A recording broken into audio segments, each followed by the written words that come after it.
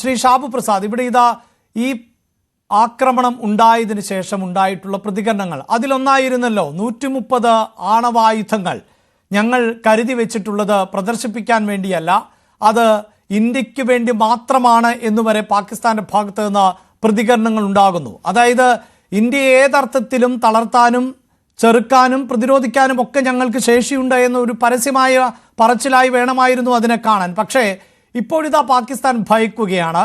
36 മണിക്കൂറിനുള്ളിൽ ആക്രമണം ഉണ്ടാകും എന്നവർ ഉറപ്പിക്കുകയും ചെയ്തിരുന്നു. എന്താണ് അതിൽ നിന്ന് മനസ്സിലാക്കേണ്ടത്? ഇവിടെ പാകിസ്ഥാന്റെ പ്രതീക്ഷയ്ക്കപ്പുറം നടന്നത് എന്താണ് അവർ പ്രതീക്ഷിച്ചിരുന്നത്? എന്തായാലും ഇന്ത്യയുടെ ഭാഗത്ത് നിന്ന് ഒരു തിരിച്ചടി ഉണ്ടാകും എന്നുള്ള കാര്യത്തിൽ അവർക്ക് യാതൊരു സംശയമുണ്ടല്ലോ, ഉറപ്പായിരുന്നു. ഇപ്പൊ ഉറി പോലെയോ ബാലക്കോട്ട് പോലെയോ ഒക്കെയുള്ള ഒരു സർജിക്കൽ പ്രസിഷൻഡ് ആയിട്ടുള്ള ഒരു സ്ട്രൈക്ക് ഇന്ത്യയുടെ ഭാഗത്ത് നിന്നുണ്ടാകും. അങ്ങനെ ഉണ്ടായാൽ ആ ഒരു കാരണം പറഞ്ഞ് രാജ്യത്ത് ഉടനീളം ഇന്ത്യ വിരുദ്ധ വികാരം ഉയർത്തി അവരുടെ ഇന്റേണൽ മാറ്റേഴ്സിൽ നിന്ന് ജനശ്രദ്ധ തിരിച്ചുവിട്ട് അവരുടെ ആ ഒരു അവിടെ ഇപ്പൊ തന്നെയുള്ള ഒരുപാട് ആഭ്യന്തര പ്രശ്നങ്ങളുണ്ട്, അതിൽ നിന്നൊക്കെ മാറ്റി ജനങ്ങളെ ഒന്ന് സർക്കാരിനും ആർമിക്കും അനുകൂലമായിട്ട് ഒന്ന് യുണൈറ്റ് ചെയ്യാനുള്ള ഒരു മാർഗം ഉണ്ടാകും ഇന്ത്യ ഒന്ന് തിരിച്ചടിച്ചു കഴിഞ്ഞു കഴിഞ്ഞാൽ. അതായിരുന്നു അവർ പ്രതീക്ഷിച്ചത്. പക്ഷെ സംഭവിച്ചത് അതല്ല. ഇപ്പം ഇവിടെ ബഹുമാനപ്പെട്ട ബ്രിഗേഡിയർ ഇവിടെ ഇരിക്കുന്നു. എന്താണ് ഒരു യുദ്ധത്തിലെ ഒരു ആർമി, ഒരു സേന എടുക്കുന്ന ഏറ്റവും പ്രധാനപ്പെട്ട ഒരു തീരുമാനം എങ്ങനെയായിരിക്കും വരിക? അതായത് ശത്രു ഒരിക്കലും പ്രതീക്ഷിക്കാത്ത, ഒരിക്കലും ആഗ്രഹിക്കാത്ത രീതിയിലുള്ള തിരിച്ചടി. അതായത് എല്ലായിടത്തും ഒരു സർപ്രൈസ് എലമെന്റ് അവിടെ ഉണ്ടാകും. ഇവിടെയും സംഭവിച്ചത് അങ്ങനെ തന്നെയാണ്. ആദ്യം ആ നയതന്ത്ര തലത്തിലുള്ള ഈ സിന്ധു നദീജല കരാർ നിന്ന് തൽക്കാലം സസ്പെൻഡ് ചെയ്യുക എന്ന് പറഞ്ഞത് ഒന്ന് ആലോചിച്ച് നോക്കണം. 3 മഹായുദ്ധങ്ങൾ നടന്നപ്പോൾ പോലും ഈ സിന്ധു ജലത്തിൽ ഇന്ത്യ തൊട്ടിട്ടില്ല. എന്നാൽ ഇവിടെ അതാണ് സംഭവിച്ചിരിക്കുന്നത്. കാര്യം സിന്ധുവിലെ ജലം എന്ന് പറഞ്ഞു കഴിഞ്ഞാൽ പാകിസ്ഥാന്റെ ജീവജലമാണ്. അവിടെ പാകിസ്ഥാനെ മരിപ്പറമ്പാക്കാൻ അത് മതി, ആ ഒരൊറ്റ തീരുമാനം മതി. അത് പിന്നെ മറ്റൊന്ന് ഇവർ പ്രതീക്ഷിച്ചിരുന്ന കാര്യമുണ്ട്. ഇങ്ങനെ ഒരു ഇഷ്യൂ ഉണ്ടാകുമ്പോൾ, ഇങ്ങനെ ഒരു ടെൻഷൻ ഉണ്ടാകുമ്പോൾ തീർച്ചയായും അവിടുത്തെ ജനങ്ങൾ സർക്കാരിനെ സപ്പോർട്ട് ചെയ്യും, അവർ തെരുവിൽ ഇറങ്ങും എന്നുള്ളത് സാധാരണ അതാണ് ചരിത്രം. ഇന്ത്യയുടെ പതാക കത്തിക്കല് അങ്ങനെ ഇങ്ങനെ എന്ന് പറഞ്ഞ പാകിസ്ഥാനിലുടനീളം പ്രക്ഷോഭങ്ങളോ ഒക്കെ ഉണ്ടാവും. അത് ഒരുപക്ഷെ പാകിസ്ഥാനും മാത്രമായിരുന്നില്ലല്ലോ ശ്രീ ഷാബു പ്രസാദ്, ജമ്മു കാശ്മീരിൽ പോലും അത്തരം സംഭവങ്ങൾ ഉണ്ടാകാറുണ്ടായിരുന്നു. സ്വാതന്ത്ര്യ ദിനത്തിന് അവിടെ പ്രത്യേകം പതാക ഉയർത്തുക എന്നതൊക്കെ ആയിരുന്നല്ലോ ശീലം. അതെ, അതാണ് ഞാൻ അതിലേക്കാണ് വരുന്നത്. അതും സംഭവിച്ചില്ല.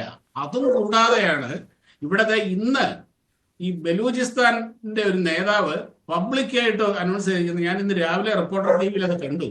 അതായത് this is the time to unite and fight against the insertion എന്നൊക്കെ പറഞ്ഞുകൊണ്ട് ഭയങ്കരമായിട്ട്, അതായത് പാകിസ്ഥാനെതിരെ. എന്നിട്ട് ഇവിടെ പഷ്തൂൺ, ഖൈബർ പഷ്തൂൺഖ്വ എന്ന് പറയുന്ന സംഭവം ഉണ്ടല്ലോ, പഴയ നോർത്ത് വെസ്റ്റ് ഫ്രോണ്ടിയർ പ്രോവിൻസ് എന്ന് പറയുന്ന പാകിസ്ഥാന്റെ ആ ഭാഗത്ത്, അവിടെയും പ്രശ്നമാണ്. അവരോട് ആഹ്വാനം ചെയ്തിരിക്കുന്നത് നമുക്കിപ്പോ യുണൈറ്റ് ചെയ്യണം, ഇതാണ് അവസരം, ഇതാണ് സമയം എന്നുള്ളത്. ഒന്ന് ആലോചിച്ച് നോക്കൂ. ഒരു രാജ്യം പ്രതിസന്ധിയിലാകുമ്പോൾ ഉണ്ടാകുന്ന, ആ രാജ്യത്തുണ്ടാകുന്ന ഇങ്ങനൊരു കാര്യം ഇതിനു മുമ്പ് ഉണ്ടായിട്ടേ ഇല്ല. ഇത് ഒരു സുപ്രഭാതത്തിൽ സംഭവിക്കുന്നതൊന്നുമല്ല അഭിലാഷേ. ഇത് കാലങ്ങളായി ഇന്ത്യ ഇങ്ങനെയുള്ള സിറ്റുവേഷൻ ഉണ്ടാകുമ്പോൾ എങ്ങനെയൊക്കെ ആയിരിക്കണം സംഭവിക്കേണ്ടത് എന്നുള്ളതിന്റെ ആക്ഷൻ വളരെ നേരത്തെ എടുത്തിട്ടുണ്ട്. വളരെ നേരത്തെ, അതായത് എത്രയോ വർഷങ്ങൾക്ക് മുമ്പാണ് നരേന്ദ്രമോദി പറഞ്ഞത്. അതായത് രക്തവും വെള്ളവും ഒരുമിച്ചൊഴുകില്ല. അന്ന് മുതൽ തന്നെ അവിടെ ഡാമുകളിൽ നിന്ന് വെള്ളം തിരിച്ചുവിടാനും കനാലുകൾ വെട്ടാനും ഒക്കെ ഇതുപോലൊരു സിറ്റുവേഷൻ വന്നു കഴിഞ്ഞാൽ എങ്ങനെ അത് മാനേജ് ചെയ്യണം എന്നുള്ളത് വെൽ പ്ലാൻഡ് ആണത്. അതാണ് ഇപ്പോൾ പ്രാവർത്തികമായിരിക്കുന്നത്. അങ്ങനെ 4 വശത്ത് നിന്നും, എല്ലാ വശത്ത് നിന്നും അട്ടപടലം പൂട്ടപ്പെട്ട ഒരവസ്ഥയിലാണ് പാകിസ്ഥാൻ എന്ന് പറയുന്നത്. മാത്രമല്ല വേറൊരു കാര്യമുണ്ട്. അവരുടെ കയ്യിൽ ആണവായുധമുണ്ട്. ശരി, നമുക്കത് വാദത്തിന് വേണ്ടി എനിക്കതിൻ്റെ അകത്ത് വേറെ അഭിപ്രായമുണ്ട്. പാകിസ്ഥാൻ ആണവായുധം ഉണ്ടോ എന്നുള്ള കാര്യത്തിൽ ശരി, ഉണ്ടെന്ന് തന്നെ ഇരിക്കട്ടെ. അതുണ്ടെങ്കിൽ അത് തന്നെയാണ് അവർക്ക് ഏറ്റവും വലിയ പാരയാകാൻ പോകുന്നത്.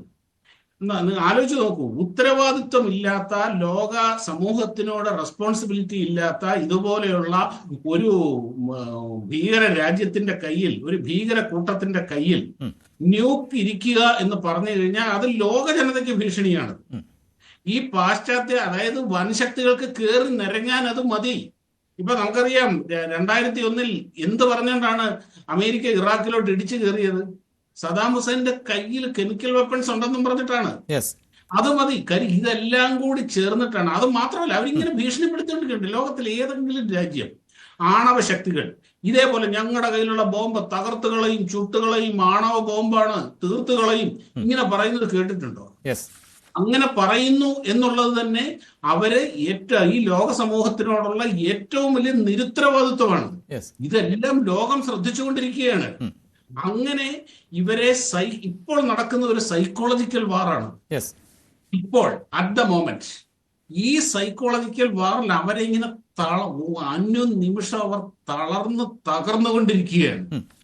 അതായത് വലിയ ഇതങ്ങോട്ട് കഴിഞ്ഞു കഴിഞ്ഞാല് വലിയ ബുദ്ധിമുട്ടൊന്നും ഇല്ലാതെ. അത് മാത്രമല്ല, വേറൊരു കാര്യമുണ്ട്, അവർക്ക് അത് അറിയുകയും ചെയ്യാം. അവരുടെ 8 സബ്മറൈനുകളിൽ 2 മാത്രമേ വർക്കിംഗ് ഉള്ളൂ, ബാക്കിയെല്ലാം ഡ്രൈഡോക്കിലാണ്. അവരുടെ ആയുധങ്ങൾക്കൊന്നും സ്പെയർ കിട്ടുന്നില്ല, വിമാനങ്ങൾക്ക് സ്പെയർ. അവരുടെ എയർഫോഴ്സിന്റെ 2/3 വിമാനങ്ങൾ ഗ്രൗണ്ടഡ് ആണ്. F-16 തൊട്ടു പോകരുതെന്ന് അമേരിക്ക പറഞ്ഞിട്ടുണ്ട്. F-16 അമേരിക്ക കൊടുത്തിട്ടുണ്ടെങ്കിലും അവരുടെ അനുവാദമില്ലാതെ ആ സാധനം ഉപയോഗിക്കാൻ കഴിയില്ല. ഇങ്ങനെ എല്ലാ വശത്തു നിന്നും അടിമുട്ടി തളർന്നു നിൽക്കുന്ന അവസ്ഥയാണിത്. അതൊന്നും ഞങ്ങളെ ബാധിക്കുന്നില്ല എന്ന് കാണിക്കാൻ വേണ്ടിയിരുന്ന ഇടയ്ക്കിടയ്ക്ക് തട്ടിക്കളയും, ചുട്ടുകളയും, കൊന്നുകളയും, ഒഴുക്കിക്കളയും എന്നൊക്കെ പറയുന്നത്. അത് അവരുടെ ഫ്രസ്ട്രേഷനിൽ നിന്ന് വരുന്ന ഒരു നിലവിളിയാണ്. തീർച്ചയായും. ശ്രീ മിഥുൻ വിജയകുമാർ, ഇവിടെ ഇത്തരത്തിൽ